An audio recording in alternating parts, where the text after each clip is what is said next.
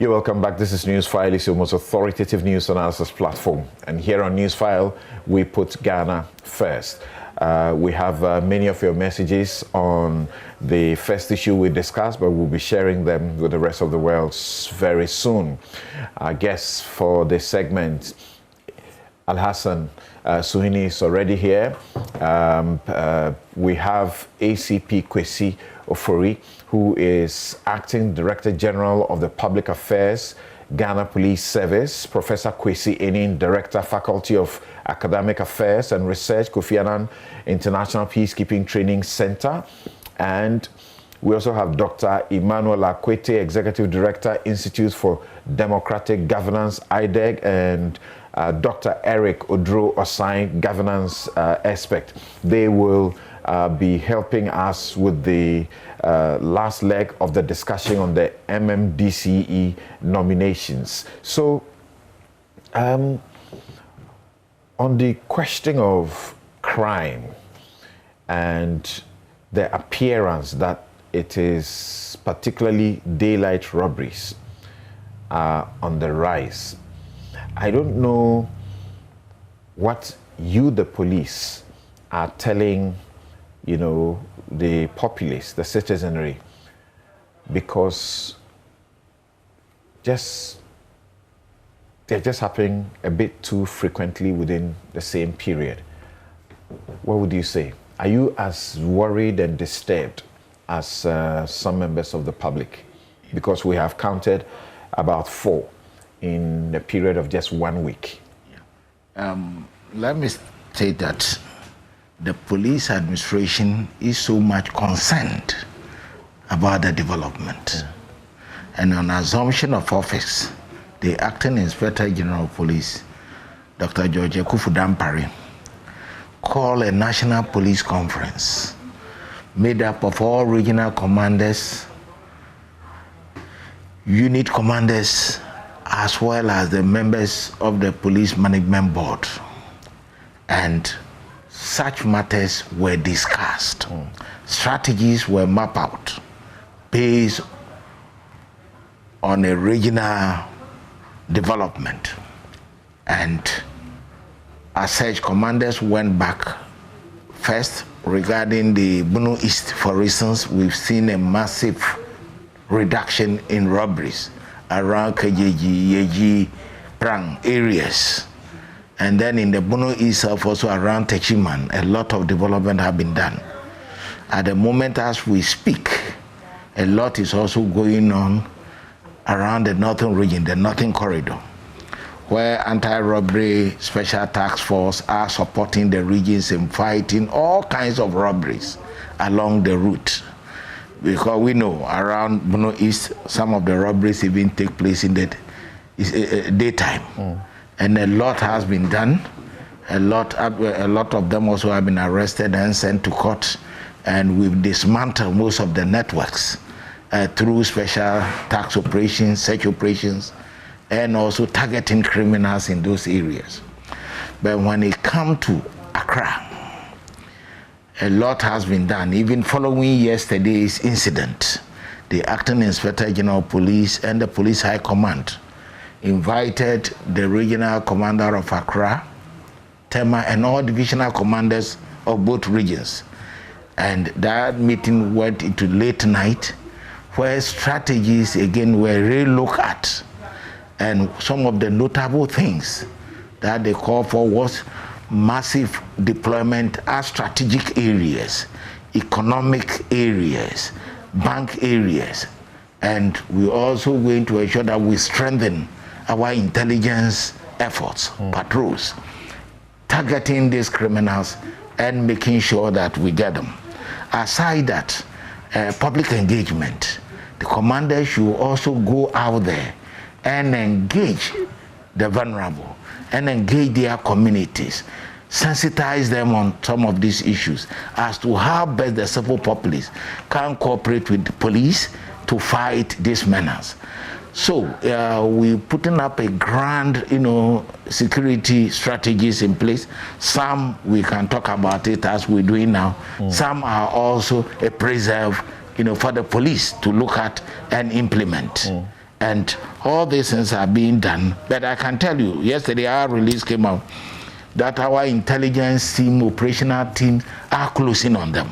Their time is running out, and we'll do whatever it takes, to get them out of business.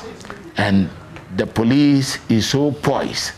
The leadership of the police is so determined that we create a desirable security for our people, those on the street, in their homes, offices and workplaces, and our general communities. So a lot is going on, and now we're going to also ensure high visibility presence of the police. You might have noticed that even the horses also have been brought on board. Okay. In the past, it was just for ceremonial purposes.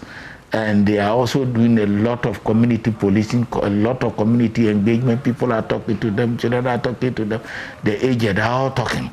And I think it's good. But regarding this 5-member or so gang, armed to the teeth, that are causing trouble in the metropolis, we can state that a lot of work has been done of them. We've identified some, and we are going all out to get them. And sooner or later, a good story might be heard from the police. That's reassuring, but when we look at the statistics, in the first half of this year, for the first half of 2021, total number of reported cases, I'm talking about murder, for example, even though our focus today is about daylight robberies, total number of reported cases, 303.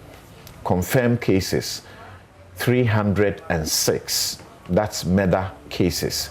And the gender distribution has been 261 being male and 52 being female. Now, in respect of the daylight robberies, we have seen what has happened in Accra. On Monday, 20th September, at Achimota along the Accra in Sawam Highway, 4 armed robbers executed that well-planned and coordinated, thing where they appeared to have, trailed a woman from a bank at Abaka. She went to withdraw a large amount of money. 3 motorbikes surrounded the woman's vehicles while she was waiting for the traffic for her turn. Then, they jumped on her. She handed over her 3 bags containing money to the robbers without hesitation. The robbers quickly jumped behind the waiting motorcycles and sped off, leaving the woman traumatized. We had another broad daylight robbery occurring at Kwasiman on Wednesday, close to a bank again in the area. A man who is yet to be identified was shot in the leg.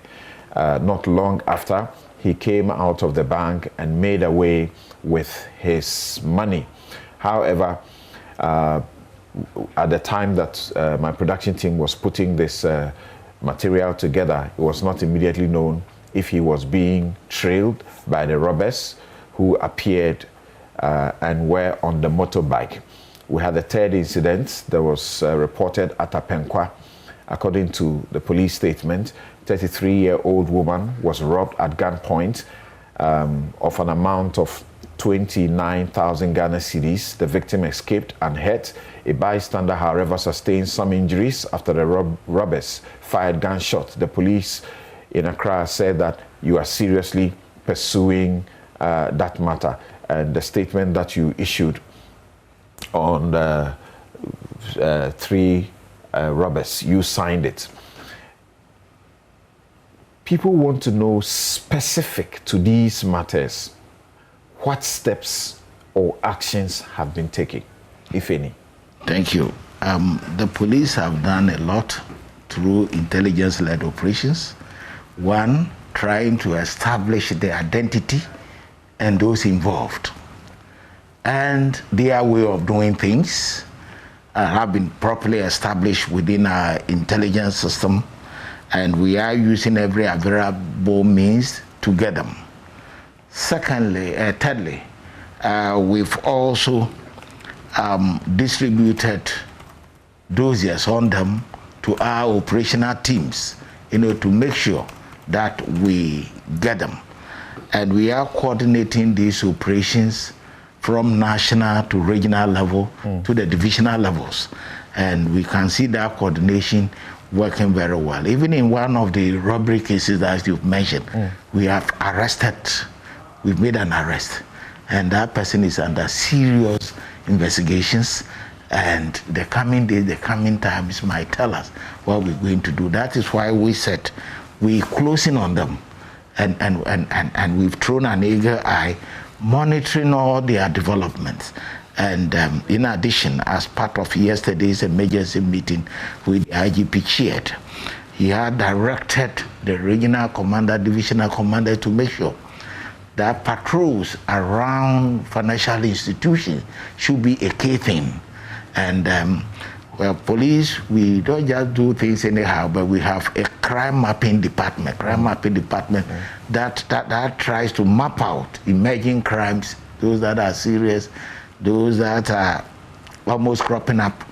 And he has charged the commanders to make sure that they go out there and deal with the situation. So around banks, around where people transact business, we might be seeing a lot of police patrols, both plainclothes and uniform, in doing so.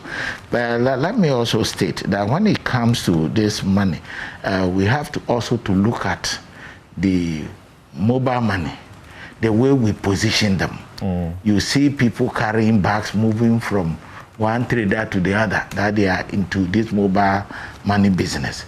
You see others also sitting just by the roadside with monies in the bag. And it also poses a threat. And I believe that it is time that we will also deal with the telcos. If they are really running business of that nature, then where they should situate should be also a matter of security concern. Because some are even sitting under trees anyhow, on bike and so forth. And it is very difficult, for to monitor, such things. So we're putting out, we are now looking at local response. We've situated ourselves into our local circumstances. And this is what yesterday's meeting dealt with. And the coming days, the coming time, we hope, to improve. But let me say we are serious about it. We are Ghanaians, we have families, we are Ghanaians, and we will not let this happen many times. Interesting. Let me go to Professor Kwesienin. And Prof, how do you gauge the situation? And how does the police win this battle in a most effective manner, particularly in an institution that there are rumors about a few of them being complicit in some of these things? Hello, Professor Enin. Hello, Samson. Thank you. Yes, I can hear you now. Can you hear me? Yes, please. Please go ahead. Good.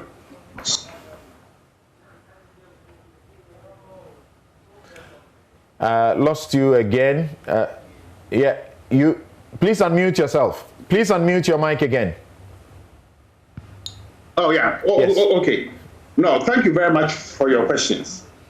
And I think I've stated this several times, and I'll repeat it. It's going to get much worse before ACP Ofori and his team begin to have a grasp on this. What we are seeing is the culmination of several years of lack of investment in police intelligence, lack of investment in planning, lack of investment in understanding the changing dynamics of crime, and the usage of operational intelligence in mapping out, responding to, and distributing resources, and then pulling back the information to say, how do we link the disbursement of logistics to particular crime-prone areas in such a manner that we will be able to respond appropriately and effectively. So it is now beginning, and the criminals are a couple of steps ahead of the GPS. But we shouldn't lose hope. Really? They are ahead of the police? Pardon? They are ahead of the police, a police that now is capable of surveilling the entire of Accra, even though the plan to bring in cameras tied to the traffic lights has been sort of, it looks like aborted somewhat because of what happened, and that company has gone to arbitration in London about it. We see that when crimes happen, later they bring out the footage, and we get to see, you know, how the robbers went into the situation, although it's difficult to identify them properly. You know, the usage of CCTV is key. But the manner in which the information captured on those cameras are used, who has access to them, and more disturbingly, the manner in which the Adedenpo murder and robbery and the information on that CCTV camera was thrown out into the public space, okay, putting in danger the owner of those cameras, truly has undermined the public trust in how it can share intelligence with this service. But once more, I am quite hopeful that the steps that ACP Ofori has outlined, if carried through, by generating trust between the service on one hand and the community on the other. Because in the end, Samson, the recipients or the beneficiaries of effective policing are ordinary citizens. And they have an ultimate interest in ensuring that whatever information that they pass on will be handled in a very secure manner. But Samson, this is only one aspect of a much larger problem. We are seeing a change in the quality and caliber of weaponry being used. We are now seeing military-grade weapons being used. I mean, and ACP Ofori will confirm this. 10 years ago, probably even 8 years ago, 5 years ago, we were seeing pump-action guns. Okay, right now we are seeing military-grade guns, AK-47s. Now, Ofori has used the word intelligence several times and crime mapping. This lady who withdrew the money from the bank, how did criminals know that she had the money on her? Okay, are we picking up people within that particular bank, checking their laptops, checking their phone records to ensure if there's been some compromise of sensitive information relating to the client? Or even people related to that particular victim? Yeah, but whatever it is, I think some really very hard questions would need to be asked to reassure us, or those who use the banking facilities, that the backgrounds of bank staff are checked, secure, and they are routinely, also checked again, because it raises some very fundamental questions. The speed with which this woman was tracked down, and the gang-style manner in which her monies were stolen. If you take the developments surrounding the list of MMDCEs being released, this time round, you find that the disturbances on the back of these nominations, at almost every point where they have happened, there have been arrests, and they assure us that prosecutions will follow. Unlike the previous period, when the same announcement was done, same regime, and you saw quite a good number of, these party people running around, running amok, burning places, and absolutely nothing happened to them. Does it give you a sense now that what has happened now suggests that we should be hopeful of something different? Well, Samson, there is no doubt about it. Although institutions matter, leadership plays a critical role. Don't forget, it's the same institution that we are talking about that allowed itself to be pushed around. And ACP Ofori himself knows this. He got his job done right, and he was transferred and punished for doing what was right. Ofori in your studio is a living testament of how this same institution turned, or its leadership then, turned its back on individual senior officers who only sought to use the law to do what was right. So we are seeing a conflation of two critical dynamics here: the utility of institutional processes and mechanisms, but even more importantly, that leadership drive and role. So what Ofori has been telling us this morning is something that he has been saying for years. The only difference now is that his boss, Dr. Dampare, shares those same values that they want to ensure that the institution has the gumption to use the laws of Ghana to protect the people of Ghana. Simple, straightforward, doable. Okay. And I think that is what we are all looking forward to. Right. Now, before I get back to Ofori, Sweeney, as just an ordinary, citizen, and you will not be classified as such because you're representing, a constituency. Absolutely. What do you know, and how do you feel about what we are reading as regards the daylight robberies? Well, Samson, it is worrying. And the insecurity situation has been on the ascendancy for a very long time now. Prof said, to my trepidation, it looks like it's going to get worse unless, we support initiatives that I see now that gives us some hope to stem the tide. But as for the insecurity situation, it's been on the wall for a very long time now. And it is often said that insecurity or security matters are apolitical.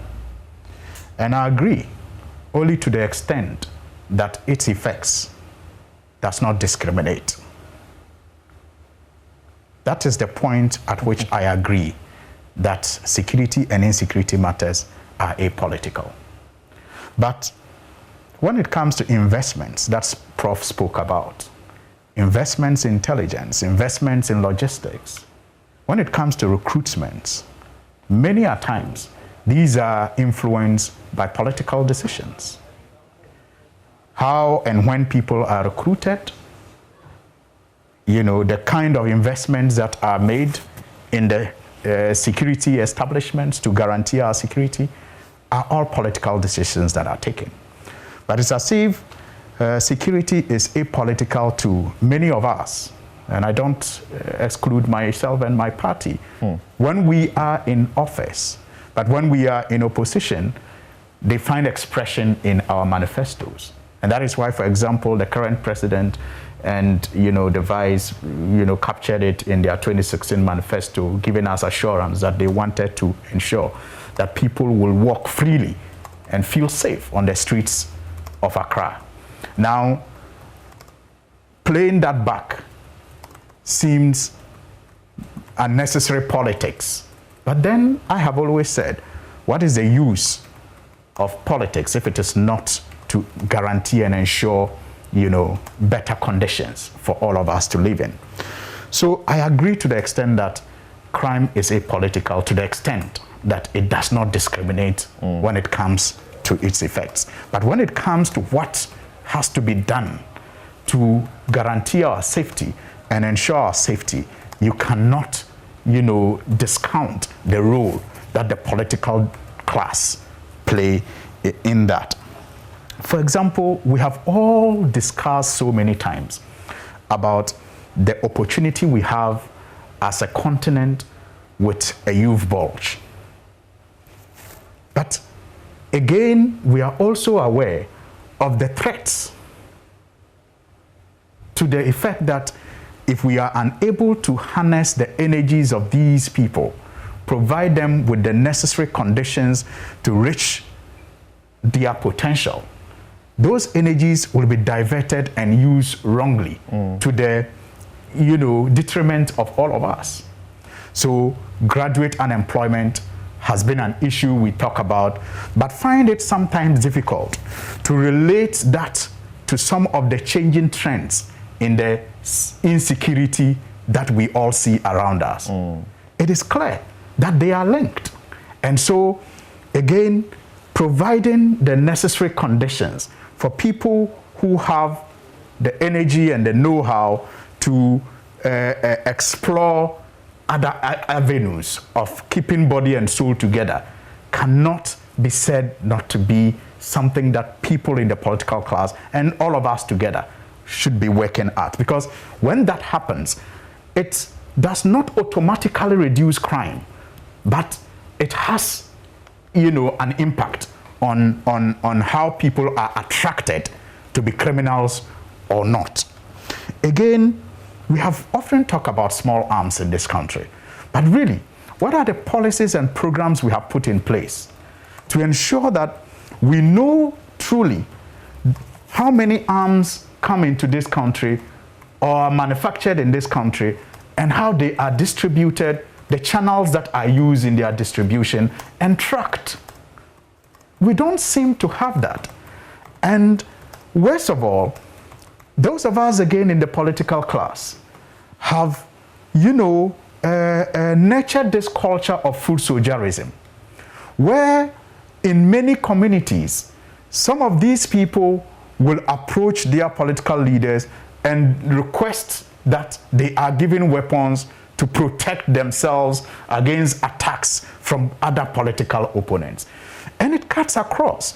And these are sometimes extended to them, but what we do not know is whether or not when they have these weapons, they only use it to protect the, party that they claim to want to protect when they request for these weapons. So you have, and because there is no tracking system to see how weapons come in or are manufactured and the channels through which they are distributed, you are unable to even know where a gun is coming from and how or where it has ended up. Okay. And so when it is used in a crime like we have seen this week, you are not even able to trace those people who have had this arm. So we need to take the discussion of small arms seriously and how we can track some of these things. But maybe finally, I think that the police service should also focus on doing a trend analysis of some of these crimes that have been taking place and better advise citizens on how they can also be responsible in protecting themselves. Because, Samson, I have noticed something. As far as I can recall, we used to have break-ins at dawn in, homes by these armed robbers. It's not that rampant these days. Then you had attacks in new settlements, even sometimes daytime. They went to these new settlements and attacked homes and raided those homes. Then it is not also that common these days, even though it still happens. Then you had recently the bullion vans attacks. Then you have also had these attacks related to people taking money from banks. Then you have had the highway robberies. And then the mobile money, vendors who are also attacked. How are they related? Is there any relation at all? What kind of analysis have been done so that people are also better informed Yes. So to help the police in protecting them? Right. So on your part, as you listen to Professor Kwesianin, things might get worse before you are able to stabilize the situation. How much of, citizen cooperation or the public's support are you getting in fighting these crimes? Because as we understand, without the people supplying information and assisting you, you will not make, good progress. And when they supply the information, how quick are you? Okay. Thank you very much. You might have noticed that this particular police administration is closing in on the civil populace to make sure that we interact, we share ideas, and they also provide information. The administration has made it known crime reporting, providing information, intelligence to the police is key. And we are seeing a lot of development in that relation. We've seen strengthening of the PID, the Police Intelligence Department, as also, in terms of recruitment, in terms of resources, in terms of direction, in terms of policy direction. A lot is happening. And we're also rolling out our visibility program. Don't forget, the Acting Inspector General of Police spearheaded the visibility concept under the former IGP, Mr. Mohammed Al-Hassan. And things are on its way again, making sure that this time round is going to take effect very soon, and we're going to see a more robust police in our neighborhoods, in our communities, among others. And things are being done to enlist public support. The Public Affairs Department is coming out again with this program on crime fighters, which I think we did with your station here for quite a long time. Israeli. We're going to revive all these things together with other houses to make sure that we educate the public. For instance, taking huge amounts of money from the banks should be looked at. When one goes to the bank, for instance, to cash money, and the money seems to be huge, we advise citizens always to go in for off-counter service. You can request that, and you'll be taken to a small room, giving your money, and a safe passage given for you to go out. And we're also going to talk to the banks as part of this drive. Yeah, talking to them right now. That one, who are the people that comes into the banking hall? Do they have a service? Do they have something to do at the counter? Are they coming for services? Oftentimes you see neatly dressed persons sitting at the banking hall without doing anything, just monitoring. And you see phone calls, and at a time some of the banks even issue out a directive pasted openly that no call should be made in the banking hall. Others, they do not have such facilities. So we're going to go out, the public relation outfit will be. But most of these things, they didn't do it in the banking hall. We don't know that they entered the banking hall or anything. They were around the place. Yes, and one thing is, they laid wait for the victims. Yes, we carry out one very important operations when at Opebia, a businessman went there to cash money. And Accra Regional Police Operations is intelligent, gunned down 3 people. People were talking about it, but it was intelligence-based. That man was to be attacked, and they were armed. And I think we open up to the public what we did. this time around, we are intensifying a lot of such operations. Even at Awudome area, the bank closed there. The police also tracked down criminals, shot some of them, we arrested them, and some of them have been put before court. So police are doing a lot, and we are coordinating a lot. But regarding the small arms, let me come in. We all know what happened. Before the small arms, Professor Enin had asked, have you done, he said you talk about mapping and intelligence.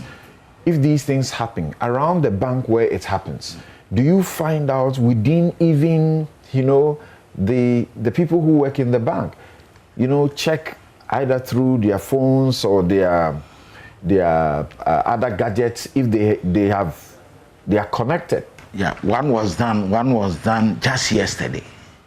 One was done yesterday where we arrested someone and working with the bank. Not necessarily a banking staff, but working with the bank. We arrested him yesterday, and a lot is happening on that also. Is this in Accra or Kumasi? In Accra. Okay. In Accra. And in Kumasi yesterday, when people also went to rob at Dawunsaso, the police killed 2 in the heat of the operations, where they ransacked a businessman, wanted to take some pieces of gold away, and the police killed 2 yesterday. And that is a good story. So coming to the... That one, is it intentional to deter these criminals? Because I'm beginning to hear a lot of, we gun down, and you are killing them. No, especially, that is in the heat of operations. Okay. This one, they are into action. They were shooting all over, breaking doors and so forth, when the police chanced upon them, responded appropriately.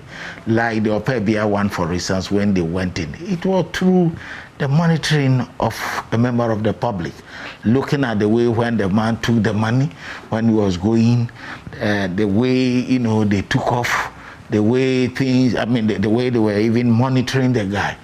They alerted police, police moved in and saved the situation. And lo and behold, the man was having a lot of money.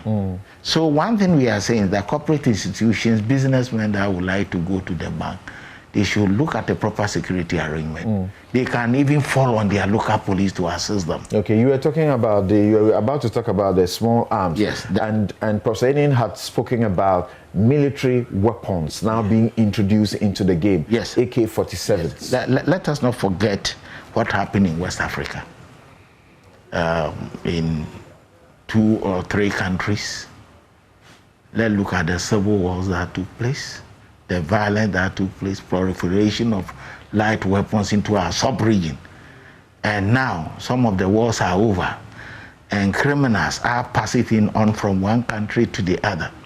Let me tell you, the Ghana Immigration Service, the Ghana Police, the Armed Forces on Border Patrols, National Security, have done a lot of seizures, along these borders. And we have the Small Commission and Commission on Small Arms.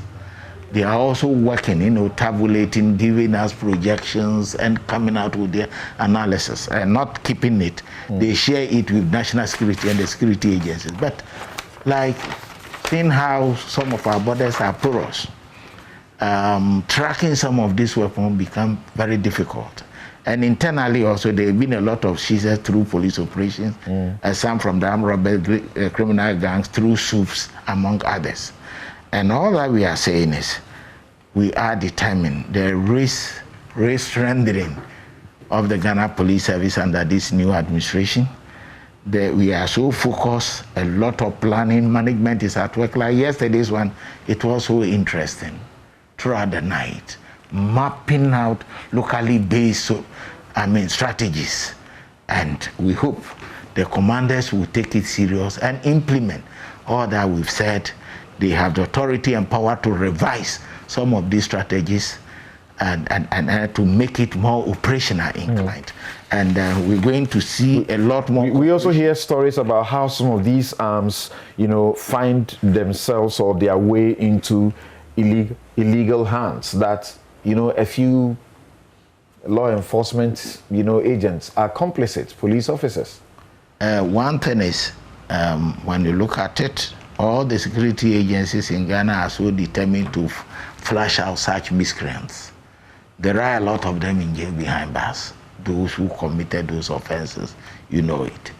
And that this particular administration is so determined that they're going to bridge the gap between the police and the civil populace and all other stakeholders.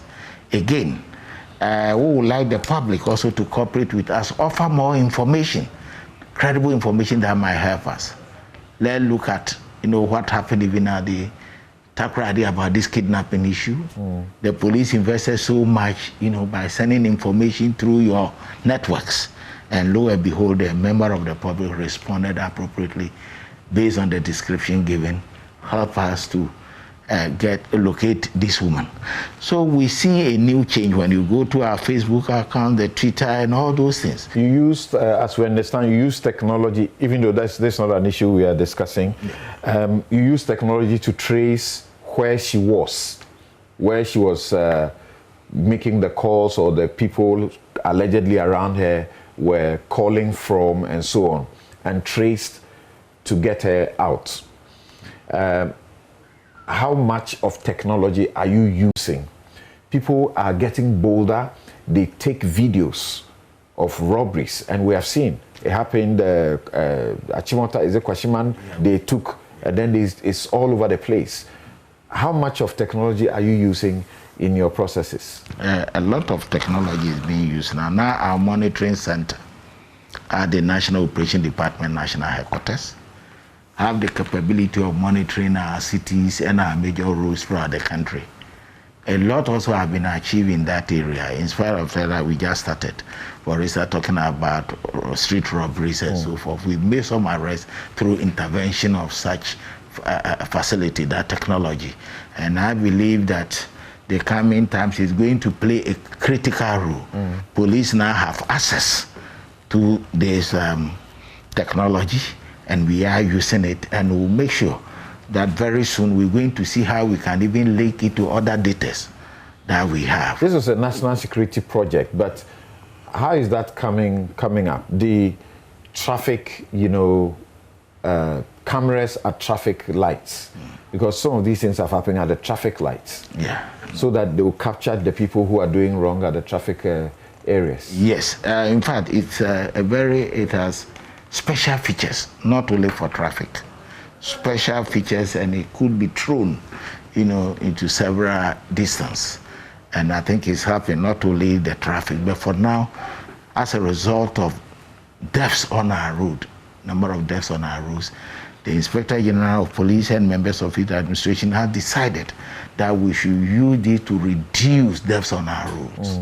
Make sure that we encourage self-enforcement. People should be disciplined on our roads.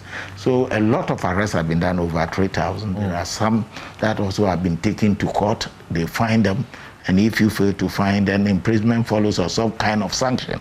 And these things are going on well, and now we're beginning to see. But we aiming at, the 4x4, those huge 4x4 cars, people who ride on the shoulders of the road, middle of the road, using light. It is beginning to show signs of, some signs of positive signs. Thank you. But let me say finally that regarding our fight towards this street robbery, we are determined, we are focused, we've laid down our objective goals and strategies. And to those people doing this, we are saying that crossing our path will be too dangerous for them, as far as they try to molest, harm, and kill decent people in our city. We're not going to sit down and watch them do some of these things. So we've marshaled all our operational patrol teams, intelligence, foot patrols, and whatever means that we have. You have all our support. We want you to deliver more results. Professor Enin, what should they be doing to better assure the public and also receive sufficient support from the public in the fight? In doing that, for instance, we know of Afram Plains of late. They've recorded some robberies around Afram Plains where our market women, go for food items and so forth. You might have noticed that last 2 days or so, the Inspector General of Police and his team went there, like resource thing that Professor Kwesi said, went there on a fight-finding mission, look at the total strength of policemen, look at the resources that they have in that front place, and part of the Bono East where he went, Zamrama among others. They've done a lot of assessment, a lot of resources are being sent in terms of vehicles, in terms of arms, in terms of even training our people. Okay, all right, thank you. I had asked the question to Prof. Enin. Yes, Prof. Enin, how do they better assure the public of our safety and also secure sufficient cooperation to fight crime? Well, I think a couple of things. One is sending the signal that we have a new police service that truly does care. Hands-on, present, dialogic, assuaging the fears of ordinary citizens, encouraging people to bring the basic knowledge and intelligence that they have about suspicious movements, suspicious operations, and once more the reassurance that such information will not be passed on. I think these are things that the service can do, and it doesn't cost them any money. Actually, that people are looking forward to this partnership. And once more, the effort by the acting IGP to have a hands-on, collaborative, listening approach. I think he's been to parts of the Eastern region, he's been to part of Bono, and other areas. He did a walkabout in Kasra with his top team. When we see police officers present in our communities, willing to listen, willing to engage, where we can go to them to share our common fears, that provides easy, simple intelligence, and by extension, bring about the community, society partnerships that we have been talking about. This is cost-free, and together, I think if it continues, and it must continue, we will get there. All right. Thank you very much for your time, Professor Kwesi Enin. Samson, yes. Just to add that, yes, 1 minute. I just want to caution that it is too early for us to praise sing and to be overly confident with our plans and programs. Like I indicated earlier, see some signs and movements that gives me hope.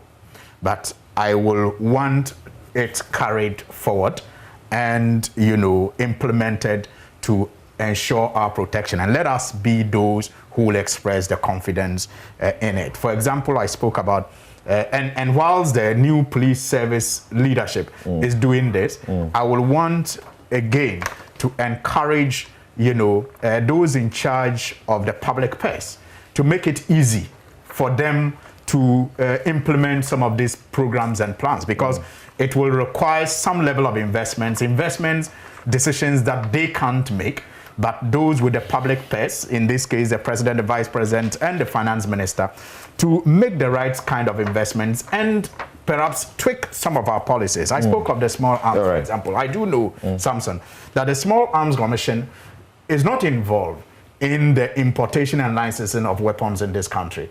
And yet, again, their budgetary allocation has not been that, meaningful, given the kind of roles that we want them to play. Again, in the area of recruitment, we have done a lot of wrong things in the past. That's right. I am happy, for example, that now we have gone back to the system of making it available online for people to apply and, qualified or disqualified based on the criteria that has been set up. I hope that the manual verification that will follow after the qualified applicants will also be above board, so that we do not have what we all suspected used to happen, the infiltration by some unqualified people, especially criminals. It's very by their disturbing. Association of some political parties got into very this. disturbing. We have had situations where you think everything is above board and the people are being screened up to a point,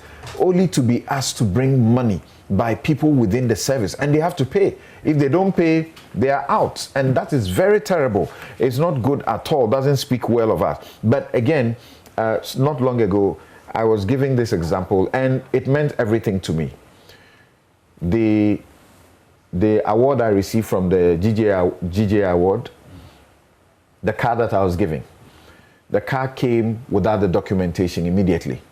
So I asked for the documentation, but The very next, I took it on a Thursday or Friday, and I needed to bring it to the office here the next time. By the time I was bringing it, the next day after I got it, I got a comprehensive insurance for it. But I didn't have the roadworthy card with it, you know, even though it's licensed. So as I drove, police officers stopped me. And they said, "Where is your thing?" I said, "Okay, here is my my insurance, here's my driver's license." They say roadworthy. Then I tried to explain to them. I was ready to let them take it, impound it to wherever it is if they want to take my ID or something, and later resolve that because I don't have it with me, roadworthy with me, I can't be driving it. But guess what? That moment, somebody was trying to have their way with a car that they had issue with. And that person called a senior officer in the police to talk to the officers who were down there to let him go. Do you know what I heard from one of the officers? It is Dan Parry who has asked us to authorize us to do this work. We will not listen to you. That was when my pride went up. That police officers can do their job and feel that even senior officers who are trying to circumvent the thing, they will not allow them. So you have our support, but we want to see a lot more of results. I've just been asked to ask you about this. This woman thing, which is turning out to be a fluke, sort of. Is she being prosecuted, or the people with her, are they being prosecuted? She is in custody at the moment, and nothing will stop the police from going ahead to the court. When we look at the resources... She's not been charged with any offense? Oh, yesterday she was cautioned. She was cautioned, and even she admitted the offense in the presence of her mom, husband, family relations, and an independent witness. But all that we would like to say is, definitely we'll be going to court, looking at the harm even caused in terms of confusion between the family and state institutions, and what happened on the media front. The regional minister's aide was saying that the regional minister has given 300 to the police to be given to alleged kidnappers as ransom. 3,000 Ghana cedis, even though they had demanded 500 and then it went up to 1,000. We distance ourselves from that story. You distance yourself? Yeah, we are not part of it. Police didn't take 3,000 from the regional The police minister? administration is not aware of such schemes. Really? Yeah, the police administration, I mean, is not part of it. And when we talk of the police administration, I'm talking about the headquarters management board, the headquarters management authority, and we are not part of it, and we distance ourselves. No, let's clear this. No, you are saying that your officers down there in Takrady, your officers down there in the region, did not receive any 3,000 given by the regional minister to his aide to be given to them for onward transmission to the alleged kidnappers because they had demanded that? I'm saying that did not come to the attention of the police administration. And in such security operations, one may ask, such sensitive thing bordering on kidnapping and such purported criminal activity, information around it should be well controlled. For instance, certain information, who is the releasing authority of such an information and where it is coming from? That's why I'm saying that we distance ourselves from such a stuff. You don't just have to distance yourself. What are you going to do about it? Because it has been said in the public by the regional minister's aide that your officers took 3,000 to be given to kidnappers. No, as you said, when I say we distance ourselves, I mean it. I speak for the entire police service and the management board. But what I'm saying that thing has not come to the management board. And as you saying it, you are telling me, right? Oh, he's been out in the public for 3 days now. No, you are telling me, and we will be looking at it, whether really the regional police, the divisional police, or the station took such a thing, and what for? And whether that money... You won't have to look far. We're told that you deployed, is it 40 men No, women? No, we deployed 40 men. That was under the direction of the police administration. That was a search party, a search team, to go all out, because we don't want what happened in Takoradi yesterday, to resurface. So we were very serious about it. That one was under the direction and guide of the police administration, that we should go all out and get the kidnappers, the purported kidnappers. And we did all that we could, supported with community sensitization, supported with counting on the media, to help us. And lo and behold, a member of the public provided information. But lastly, and thank God, where we counted on opinion of experts. They came in, it was disputed. We went in for a second opinion at Fiamkwanta Regional Hospital. That's about a pregnancy. Yes, okay. Where the hospital came clear about that. Now, jumping into the recruitment that you're saying, the police administration is so determined that whatever we publish, whatever guidelines we provided, we're going to make sure that the recruitment is genuine in its entire operations, and the rightful people who join the service. Background checks, among other things, will be done. But let me make it clear that we've seen a lot of fraudsters also putting in a lot of information on several sites and so forth. And we'll say that we've not asked anybody to report to any of the aforementioned area they're talking about. We say anybody that approaches you that he has been asked to recruit from home to home or from community to community, just arrest the person and send him to the nearest police station. Thank you so very much. ACP Ofori is Acting Director General of the Public Affairs of the Ghana Police Service. On Zoom, we spoke to Professor Kwesi Enin, who is Director of Faculty of Academic Affairs and Research, Kofi Annan International Peacekeeping Training Center.